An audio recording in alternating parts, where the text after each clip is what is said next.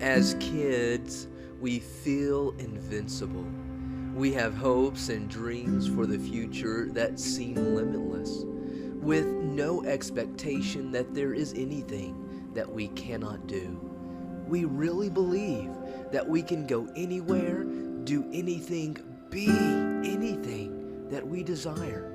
And yet, at some point, and this point is different for everyone, we are hit with the reality that this life is temporary, that we are here for a time and then we will be gone, and we come to grips with our own mortality.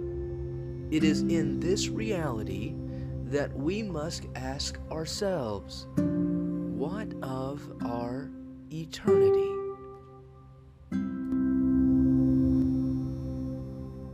The Bible constantly brings us back to this theological idea that we are here for a moment and then we will be gone, to which we must answer the question, what will we do about our eternity? In Ecclesiastes chapter 12, the Bible states, "Remember also your Creator in the days of your youth, before the evil days come and the years draw near, of which you will say, I have no pleasure in them. Before the sun and the light and the moon and the stars are darkened, and the clouds return after the rain. In the day when the keepers of the house tremble, and the strong men are bent, and the grinders cease because they are few, and those who look through the windows are dimmed, and the doors on the street are shut, when the sound of the grinding is low, and one rises up at the sound of a bird, and all the daughters of song are brought low. They are afraid also of what is high, and terrors are in the way. The almond tree blossoms, the grasshopper drags itself along, and desire fails, because man is going to his eternal home, and the mourners go about the streets. Before the silver cord is snapped, or the golden bowl is broken, or the pitcher is shattered at the fountain, or the wheel broken at the cistern, and the dust returns to the earth as it was, and the spirit returns to God who gave it. Vanity of vanities, says the preacher, all is vanity." And so we ask the question, what is this text communicating? Well, in verse 5, we see the central idea that everyone is headed toward their eternal destination. In fact, all of chapter 12 is a picture of an individual who has come to the end of their life.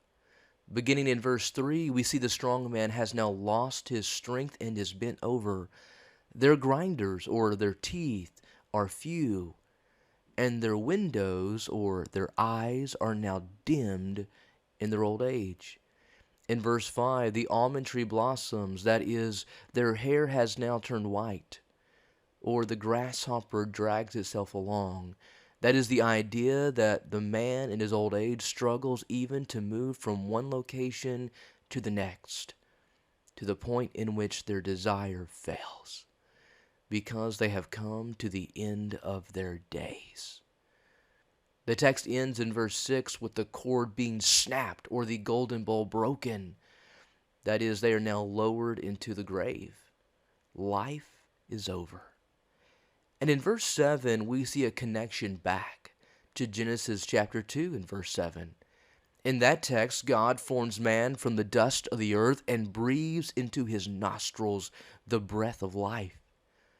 Ecclesiastes 12:7 is a reversal of this creation.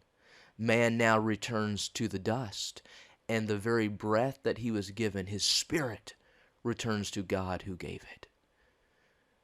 So what is the question of this text? The question is this: what are we going to do with Jesus?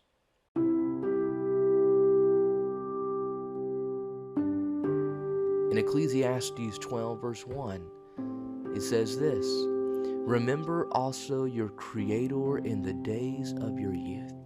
The hope is that we will know Jesus when we're young and not spend our life pursuing things that are vain and meaningless. But unfortunately, many never arrive at a faith in Jesus Christ, to which their eternity is very, very different from those who trust in Christ. And so we must all ask the question, what will we do with Jesus, knowing the days are short and eternity is soon?